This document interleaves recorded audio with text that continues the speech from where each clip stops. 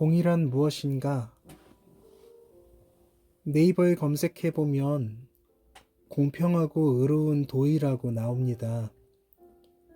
영어로는 unbiased view인데요.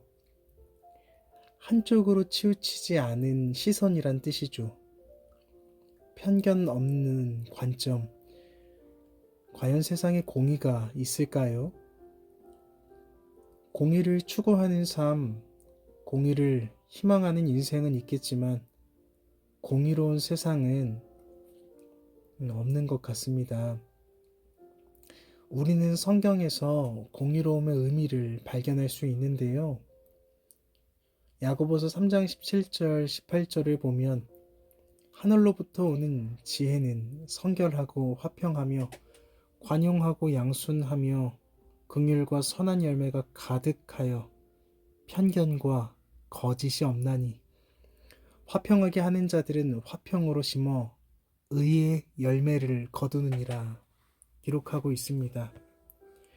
세상에 공의를 실현시킬 수 없는 이유, 완성할 수 없는 이유는 하나님의 지혜로 자기를 가득 채우는 온전한 사람이 적기 때문이겠죠.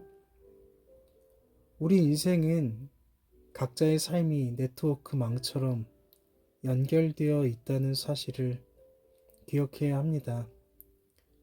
공의의 시작은 하나님 앞에 서 있는 한 사람 한 사람이라는 사실을 기억하며 이 아침 하나님의 공의와 정의에 대해서 좀 더 깊이 생각해 보면 좋겠네요.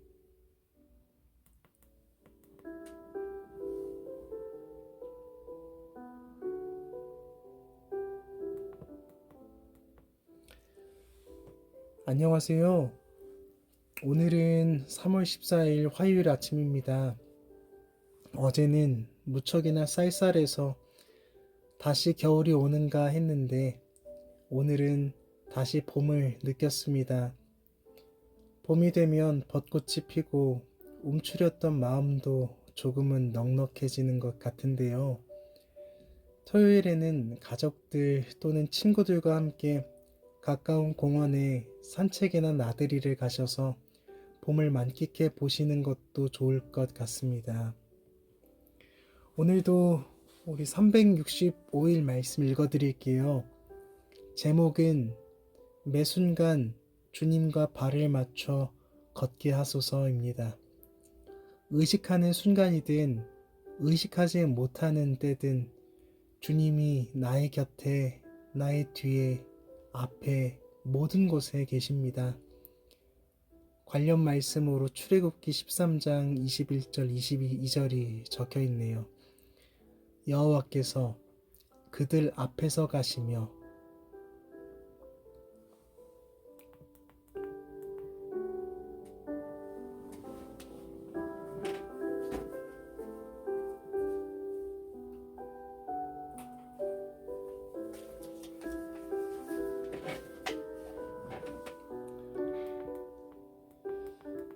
자, 이제 그리스도를 본받아를 읽어드릴게요.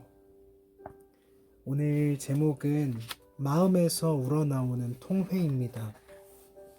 하나님을 경외하는 마음으로 진정으로 회개해야 삶이 변화될 수 있습니다. 우리가 하나님의 피조물이라는 생각을 깊이 하지 못하면 거룩한 삶을 살 수 없습니다. 영적 성장을 원한다면 언제나 하나님을 두려워하십시오. 그리고 지나친 자유를 원하지 마십시오. 여러분의 모든 감각을 억제하여 자신을 헛된 쾌락에 빠져들지 않게 하십시오. 자신에 대하여 마음으로부터 회개를 하십시오. 그러면 경건해질 수 있습니다. 회개는 여러분을 선한 일로 인도하지만 방종은 선한 일을 잃게 합니다. 사람들이 이 세상에서 진정으로 기뻐할 수 있다고 생각하면서 동시에 자신이 이 세상의 나그네이며 또한 자신의 영혼이 위험에 휩싸여 있다고 생각한다는 것은 이해할 수 없는 일입니다. 우리 마음이 얼마나 경박한지 우리가 얼마나 부족한지 알지 못하는 까닭에 진정으로 울어야 할 때 영혼의 슬픔을 느끼지 못하고 오히려 웃어 넘기고 맙니다. 선한 양심으로 하나님을 두려워하는 것 외에는 결코 진정한 자유도 없고 기쁨도 없습니다. 흐트러진 정신에서 오는 모든 장애물을 뛰어넘어 경건한 자기 반성에 몰두할 수 있는 사람은 행복한 사람입니다. 자신의 양심을 더럽히거나 양심에 거리끼는 것이면 무엇이든 거절하는 사람은 행복한 사람입니다. 노력하십시오. 습관은 습관으로 고칠 수 있습니다. 여러분이 다른 사람을 홀로 있게 하는 방법을 알면 그들도 여러분이 원하는 일을 할 수 있도록 여러분을 홀로 있게 내버려 둘 것입니다. 다른 사람들의 일로 자신을 바쁘게 만들지 말며 여러분보다 훌륭한 사람들의 일에 휘말리지도 마십시오.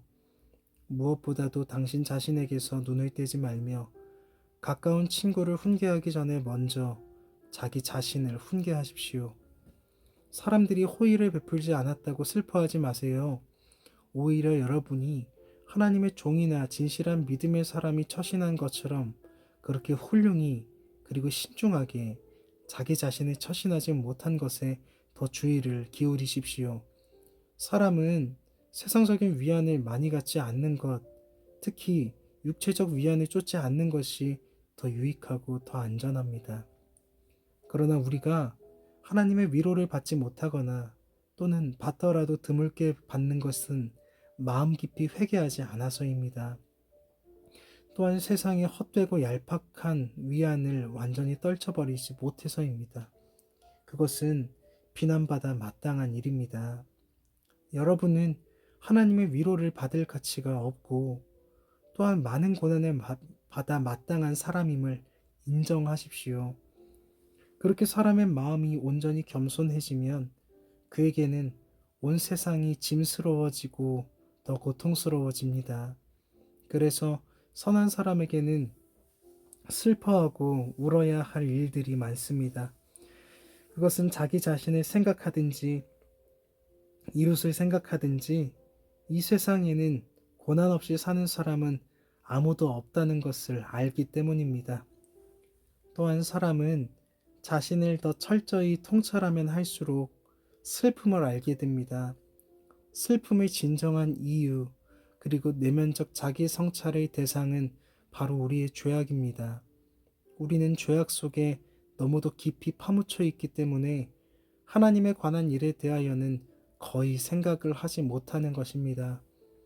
만일 여러분이 얼마나 오래 살 것인가 하는 것보다 여러분의 죽음에 관하여 더 자주 생각한다면 아마도 자신의 행실을 바로잡기 위해 더욱 열심히 노력할 것입니다.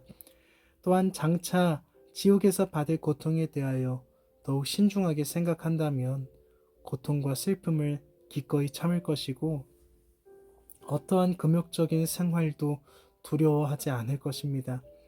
그러나 이러한 말들이 마음에 와닿지 않고 또한 감각을 기쁘게 하는 것을 사랑하기 때문에 안타깝게도 계속 냉담하고 나태한 상태에 머물러 있는 것입니다.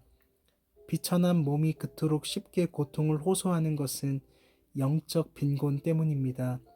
그러므로 주님께 겸손하게 기도하십시오. 그러면 주님께서 통회의 영을 주실 것입니다. 그리고 선지자가 말한 것처럼 기도하십시오.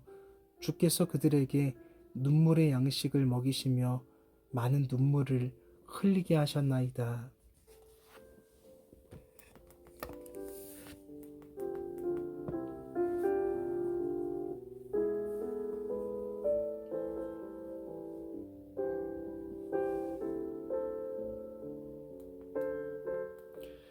여기까지였습니다. 여기서 우리는 고난의 유익, 눈물이 가져다주는 통회하는 심령을 생각해 볼 수 있었을 것 같습니다. 오늘도 정암통 마치기 전에 주일에 설교했던 말씀을 요약해서 드리려고 해요. 주일 본문은 요한복음 1장 1절에서 5절 말씀이었습니다. 우리는 본문 속에서 부활하신 예수님을 보는 방법에 대해서 나눴는데요. 지금 우리는 부활하신 예수님을 어떻게 볼 수 있을까요? 요한복음 1장 1절은 이렇게 대답합니다. 태초에 말씀이 계시니라. 그 말씀이 아버지 하나님을 향하여 계셨으니 그 말씀은 곧 하나님이시라. 다시 말해서 우리는 우리에게 남겨진 그리스도의 말씀을 통해 성경을 통해 부활하신 예수님을 볼 수 있습니다. 또한 성경을 통해 예수님을 바라볼 때 그가 바라보고 계신 여호와 하나님을 볼 수 있는 것이죠. 말씀에 순종할수록 우리는 예수 그리스도를 투명하게 보게 될 것입니다. 요한복음 2장에서 빈 항아리에 물을 어기까지 채울 때 그 물이 포도주로 변하는 것과 같이 우리 빈 항아리 같은 몸과 마음에 말씀과 순종을 가득 채울 때 우리의 거듭남은 확실해질 것입니다. 이전 것과 완벽히 다른 새 것이 되어서 주님을 있는 그대로 보게 될 것입니다.